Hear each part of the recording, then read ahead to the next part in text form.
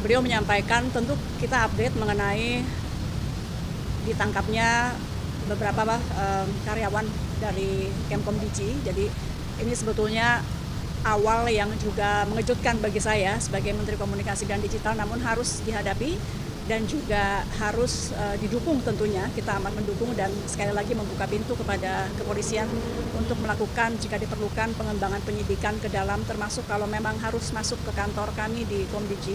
Bagi kami ini baik sekali lagi sebagai upaya bersih-bersih agar kantor kami juga bisa menjalankan tugas dan fungsi yang diamanahkan Presiden dengan baik. Jadi tadi Presiden menyampaikan bahwa langkah-langkah sudah betul diteruskan. Kita saat ini kan melakukan sterilisasi di lantai-lantai yang terkait. Kemudian juga kita sudah mengeluarkan instruksi Menteri agar semua pejabat maupun PNS di lingkungan Kemkomdigi bekerja membantu polisi untuk kemudian menemukan kalau memang masih ada anggota-anggota lain dari Kemkomdigi yang juga akan dilakukan pengembangan penyidikan begitu. Kita hari ini melakukan apel bersama-sama 3 kali sehari. Setiap ganti shift teman-teman pengawas kita lakukan apel, menyanyikan lagu Indonesia Raya. Mudah-mudahan ini juga memberi semangat moral kepada teman-teman di dalam dan mengingatkan bahwa kita semua di sini ada untuk NKRI sesuai yang selalu diingatkan oleh Presiden. Jadi kami sekali lagi mohon doa, tadi Presiden menguatkan untuk terus memerangi judi online. Kita trennya sebetulnya positif. Dalam 20 hari sejak beliau dilantik, kita sudah menangani 187.000, terbanyak dalam rentang 10 hari sepanjang sejarah. Jadi 10 hari setelah beliau dilantik itu 187.000. Mudah-mudahan tentu dalam waktu, meskipun tidak ada terminologi 100 hari ya, tapi kalau kita kali 10 saja, dalam kurang lebih 3 bulanan itu kita mudah-mudahan bisa menangani lebih dari 1,8 sampai 2 juta ya, karena kita akan naikkan terus. Kami juga akan menambah anggota pengawas dari ruang digital. Sebelumnya memang masih kurang, jadi akan kita perbanyak sehingga tidak ada celah.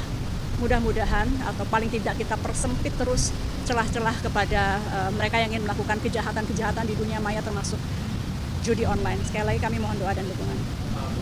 Kalau itu sendiri apakah sudah pernah diberi terkait dengan mungkin apabila ada indikasi berapa internal Komdigi dari sekarang ya yang istilahnya terpapar pinjol atau terlibat, sudah pernah ada diberi soal Oleh siapa?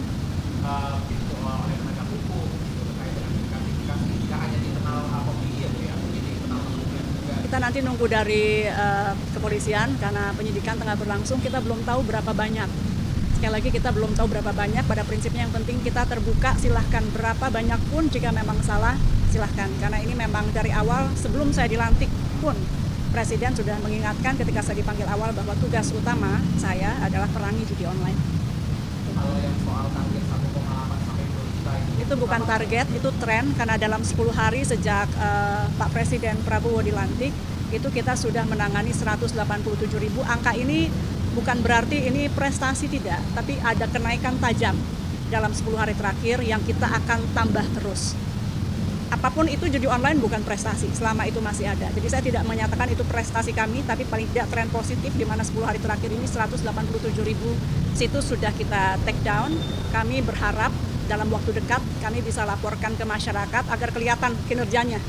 Bahwa dalam setiap minggu atau mungkin harian, kita akan laporkan berapa banyak yang di take down oleh Kemkomdigi.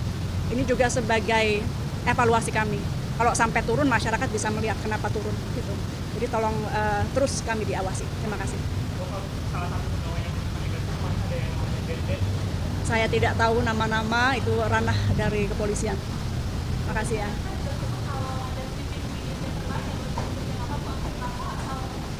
Saya tidak tahu, tapi pada prinsipnya kalau kepolisian memang harus masuk ke kantor kami, tentu kita membuka ruang selebarnya demi pembersihan di internal kementerian kami.